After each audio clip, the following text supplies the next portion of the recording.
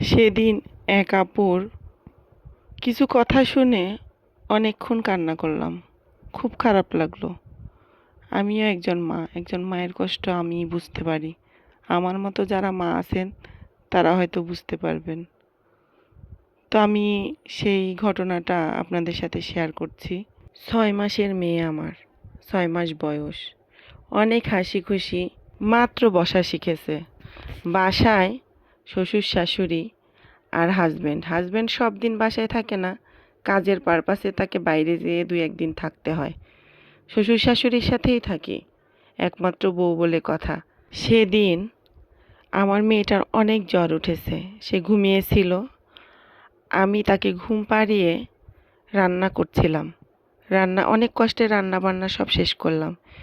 গিয়ে দেখি মেয়ে আমার জ্বরে গা পুড়ে যাচ্ছে। তারপরে এই যে কান্না শুরু করলো, কান্না আর থামেই না, খুব কাঁদতেছে। এত চেষ্টা করতেছি থামানোর, কিন্তু থামে না।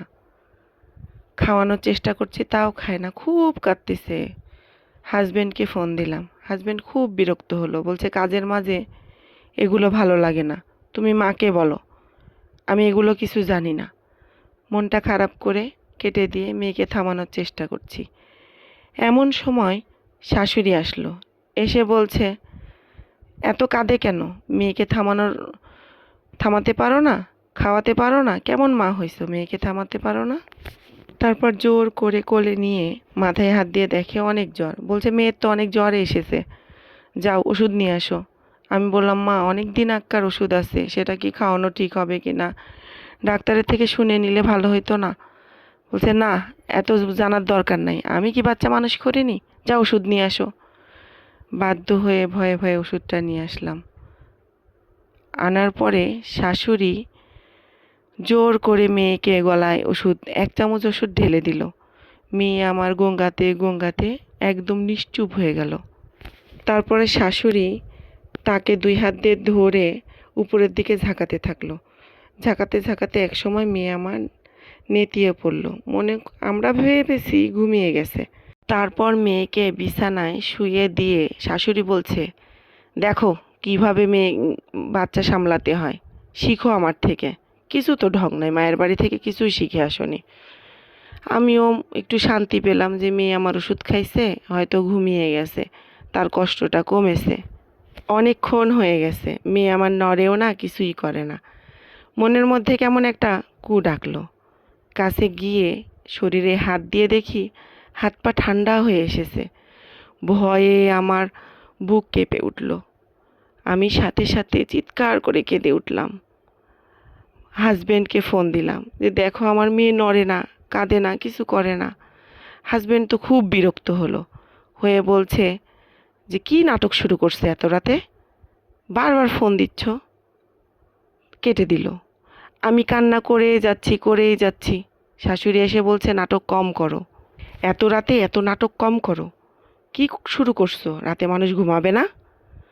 তখন আমি বললাম মা দেখেন আমার মেয়ে একটুও নড়তেছে না, হাত পা ঠান্ডা হয়ে গেছে, দয়া করে আমাকে গাড়ি ঠিক করে দেন, আমি হাসপাতালে যাই।